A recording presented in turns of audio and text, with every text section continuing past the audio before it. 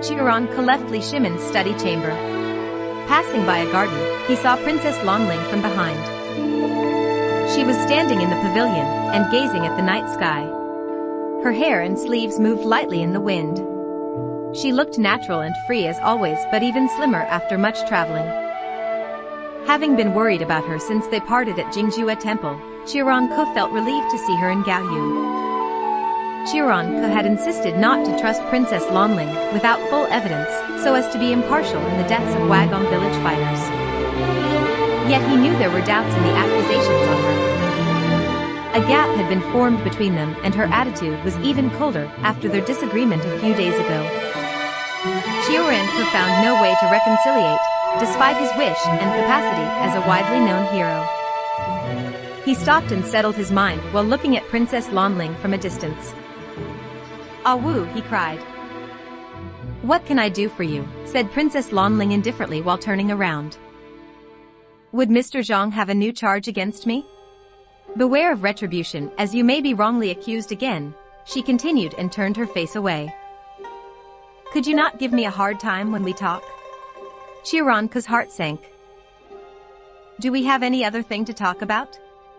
Princess Lanling retorted coldly, annoyed that Chéron had repeatedly suspected her. No, Chéron could not go on with the conversation and left. He stopped after a few steps though, realizing that Princess Lanling was only provoking him with words. Princess Lanling had been avoiding Chéron in the past few days. Yet how could her heart ever put him aside? She heard Chéron's footsteps come to a halt, and could not help but turn around to take a look. Chéron was also looking at her. They seemed to have thousands of words to tell each other in that instant. "I've thought about what you said the other day many times." Chéron relaxed his face and said in a soft voice. "Do you believe it?" Princess Lanling stepped forward and asked. "I would not be standing here, not willing to leave, if I do not believe it," said Chéron, sounding deeply concerned. Princess Lanling was stunned with mixed feelings and could not speak for a moment. Gradually showing her delight, she stepped forward and Chéron strode over to hold her. Their embrace was like a dream came true after much turmoil. "Let's not hurt each other ever again," said Chéron affectionately. "You don't know how much my heart hurts every time I say those words." Princess Lanling looked resentful. "I have misunderstood you all this time, and my heart aches just as much," said Chéron. Seeing Princess Lanling's teary eyes, he took her into his arms. "Sometimes I think dying with you in the cave where we were trapped would have made us happier than what we went through," said Princess Lanling. The willfulness once shown on her elegant face had subsided, and a resolute coolness had grown. Her beautiful eyes still resembled moving water in a lake, with a new trace of sadness. "It has been too harsh on you," said Chéron, holding Princess Lanling's hands. She was glad that his misconception was cleared, but her heart was still heavy. "San Lang," she said solemnly, gazing at Chéron, "I do not care about how the world wrongs me as long as I am in your heart."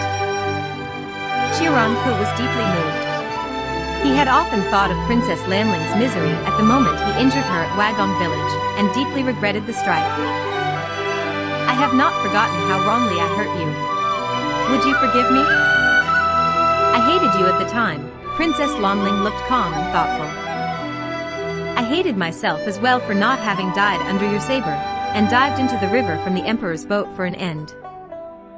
Yet would it not be in vain, if I died and you never knew the truth?" She continued with a slightly angry, but pampered tone. "Pardon me please, Ah Wu." Chéron was shocked with pain to find that she had tried to kill herself and embraced her. Feeling the warmth of her face, he was deeply thankful that she had survived. "I shall forever treasure you." He looked at Princess Lanling and lovingly kissed her on the lips. Princess Lanling was delighted that sweetness had come after bitter days. "I thought this day would never come in my life," she said with a smile. Both of them were overwhelmed to be reunited after much suffering. "Ah Wu, I have a request and I wonder if you will agree," said Chéron, gazing at Princess Lanling. "As long as we stay together I will promise you anything." She replied sweetly, seeing that he had asked sincerely and tenderly. Chéron was overjoyed and told her his plan of uprising against the royal court. The two lovers resolved all conflicts of the past this evening, finding a deep bond and tacit understanding with each other. Princess Lanling fetched a bottle of good wine and sat side by side with Chéron in the garden to share each other's stories. He held her hand the entire time, until reluctantly seeing her to her room deep in the night time.